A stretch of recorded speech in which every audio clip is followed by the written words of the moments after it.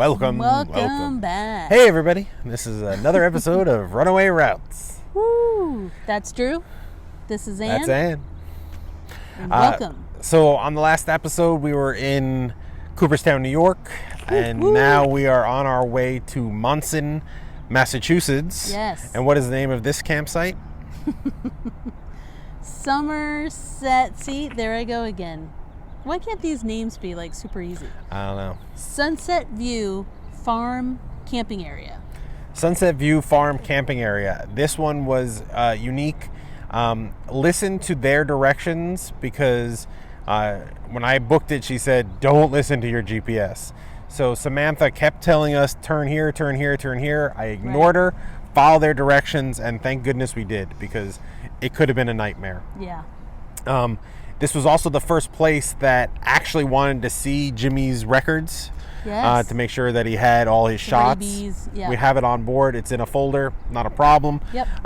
But it's just so rare. Every time I book, a lot of places say we're going to need to see your dog's records. I say okay, get there, check in, nothing. This one I got down following the same routine, and they said, "Do you have your dog's records?" I said, "Let me go back and get them." So I went back to the coach, got them, no problem. Right. But overall, it was fine. Yeah. A very tight park for us. Yes. We did have a pull through, which was great because we weren't unhooking, and it was enough for us to fit, but it was very tight. You're very close to another neighbor. Yes. The neighbor was very, very nice. They were from Canada. Yep. They were in a travel trailer, fifth wheel type thing. Right. Super, super nice. Watches a bunch of YouTube channels. So I told her that we had a YouTube channel, but it hadn't launched yet because we hadn't even filmed anything yet. And we were going to Cape Cod to start episode 1. So, but we gave her a sticker. Yes. So did we have stickers yet? Ooh. Actually, I don't think we had stickers not yet. We didn't get them till Cape Cod. Right. We told her about the sticker. So Told her if you're watching our channel and you remember who we are, send us an email to the website, and I got stickers for you. We'll get you a sticker. Maybe even 2. Ooh. But it was fine. Jimmy he didn't love it because the dog park had a lot of like little prickers and stuff in it, so he'd rather just stay on the dirt roads. But it was just, we got level no problem, but the water wouldn't tighten. It was just, we were there for a night. Yeah, it was fine for one night. Wasn't the favorite of spots. No, been to, but overall it was fine. It was on the way. The staff was super nice. There's a little bit of drama. There's a little bit of drama, not to do with us. Yeah. But a couple of RVs away, they got into a little altercation. Loud voices. Yeah, and of course it happened right as we're walking Jimmy. So we're walking back to the coach, and they're shouting, and we're like, "Oh, I hope it's not right next door to us. Oh, somebody's in trouble." But it was fine. And then we were up the next morning and on the way. And this was really exciting because now we're getting close to Cape Cod. Yes. And so then from there we went to... Here we go. Oh my gosh, it's windy here, so my notes are going crazy. All right, from there we went to KOA Boston. KOA Boston, which was fantastic. And that was in Middleborough, Massachusetts. Yeah, so that was it was going to be about an hour and a half from there to my mom's Cape House. Right. So it was a perfect stop in between Monson and there. Right. We weren't obviously going to Boston. We had already visited Boston prior. Right. But it did have an extra advantage because it was very close to your friend Michelle, right. Yep. Who was super nice to come down and visit us. Yeah. And it's about 20 minutes from her work, so it worked out great. Yeah, it worked out great, but it was an added feature of this park was that it was a KOA. Yes. And we visited with Michelle.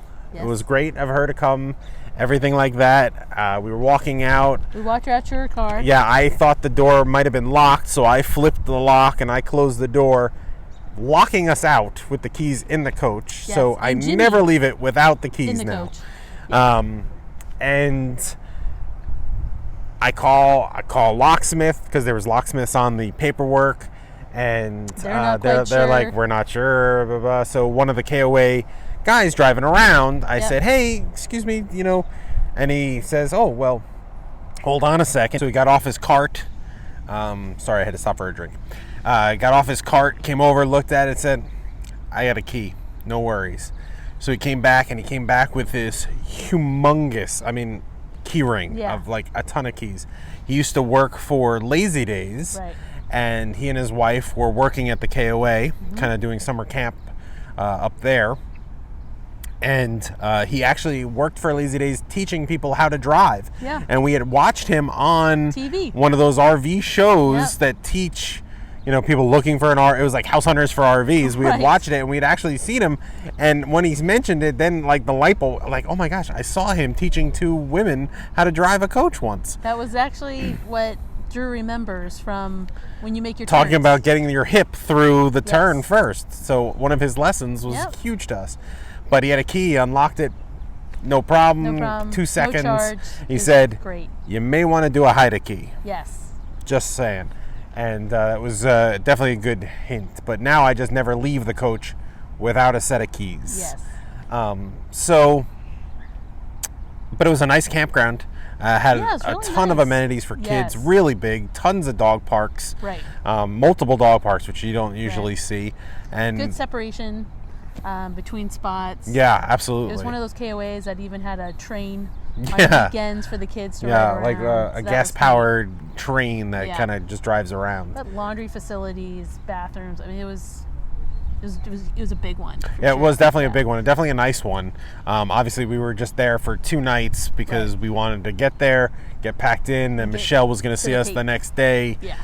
So we kind of just had like a little break from driving. Yes. And then the next day we headed over the very narrow for an RV. It's really not. It's 4 lanes, but it just felt like it was going to be At least trouble. it wasn't 1 lane each way. But the bridge over the Cape Cod Canal. Yep. And onto the highway, Cape Highway. So, talking about that bridge, we got onto the bridge, and it, as I said, it's 4 lanes. Well, let me tell you something. I went right down the 2 lanes of the one direction, and even the people on the other 2 lanes, you saw them like getting over. I don't think they had any confidence that I was going to stay in my lane. And it's a very quick bridge, so it is. Thankfully, it was just up and over. On and off, very quick. But then we got through, and Samantha, our wonderful navigator Samantha, said, "Oh, you got to turn here. You got to turn here." And I said, "I don't." We had been to my mom's many times. Vacation town area so many times, never in an RV, but so many times, and I go, I don't know. I don't think that this is right. I think we should turn here. Yeah. And Ann said, how confident are you? And I said, not that confident. I got to be honest. I got to listen to Samantha because... At this point, we actually unhooked. I was in the Jeep. Yeah, that's the nice thing about the 6. Was in the RV. Yeah. It's a road that goes all the way through Cape Cod, so from one end to the other. And there's multiple little pull-off areas, mainly so that you could stop, take a break, or use your phone and stuff like that. So we stopped at one of the second to last ones and unhooked right by where. So the 6 is 2 lanes on each side, and then it narrows at toward the end of it on the east side down to 1 lane on each side. As it hooks up, Yep. So we're like, let's unhook before it gets down to 1 lane, just to be sure. Right. So we unhooked at the second to last one. Ann followed behind me, and she goes, we're on, I think we were using our phones because you were in the Jeep and we didn't know the range. Right. And she goes, what do you think about following Samantha or doing it your way? I said, let's follow Samantha. Yeah. I said, well, you gotta... mainly because we don't know, height. Street lights should be high enough, and we've seen, like the... Fire engines and trucks. Fire engines, trucks come through.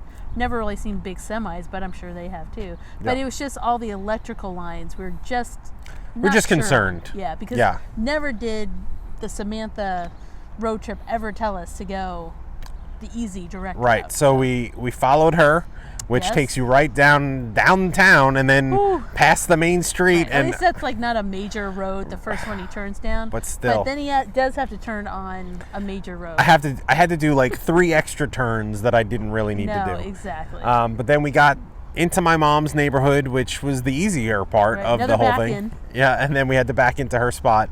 By that point, we were getting... It only took us 2 tries to back into her spot. You did fantastic on that. I had good directions. Yeah. Oh. But yeah, so then we were settled in. Yep. And then we got leveled, and then we were going to be there to load up and do some exploring of Cape Cod, and that leads into the first episode, which I'll link right up here. And so from there on out, we're there for a few weeks to explore and put all our stuff that we were bringing with us on board. Right. So. Anything you want to add? No, I just think, it was a quick trip from Texas back to Cape Cod. We definitely. It was 10 days? Yeah, we definitely learned from that trip. We don't want to do a lot of one-day trips. It can be a little exhausting. Yeah, it was, and for me. And you, yeah. But I think we did it mainly because, as I said, we didn't have. To get back. We didn't have much on board. Yeah, we had a suitcase worth of clothes. Right.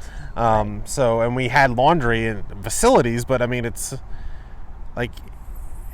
We didn't have. Yeah, I didn't have laundry detergent on board. For the washer and dryer we have. There was so much stuff that we had to get. We hated the bed. We absolutely hated the bed. That was one thing. It's one of those air mattresses, which some people love. We're not one of them. Sleep Number mattress. Yeah, It was not made for us. Maybe that one just wasn't a great one, but. Or we didn't know how to do it. It didn't. Yeah. It doesn't matter. But we will talk about the mattress we did get in a future video. Yeah, we'll lead into that in the next episode. So we'll talk a little bit about some of the stuff we put on board, and our next adventure is leaving Cape Cod. So the next episode will be Cape Cod to upstate New York. No, Connecticut. Oh, okay. Connecticut. We go to Connecticut first. Sounds good. To that really cute little that's right. Yeah, place. Cute little RV park. Super nice people too. Yep. Sorry, getting off tangent.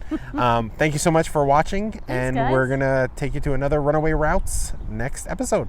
Perfect.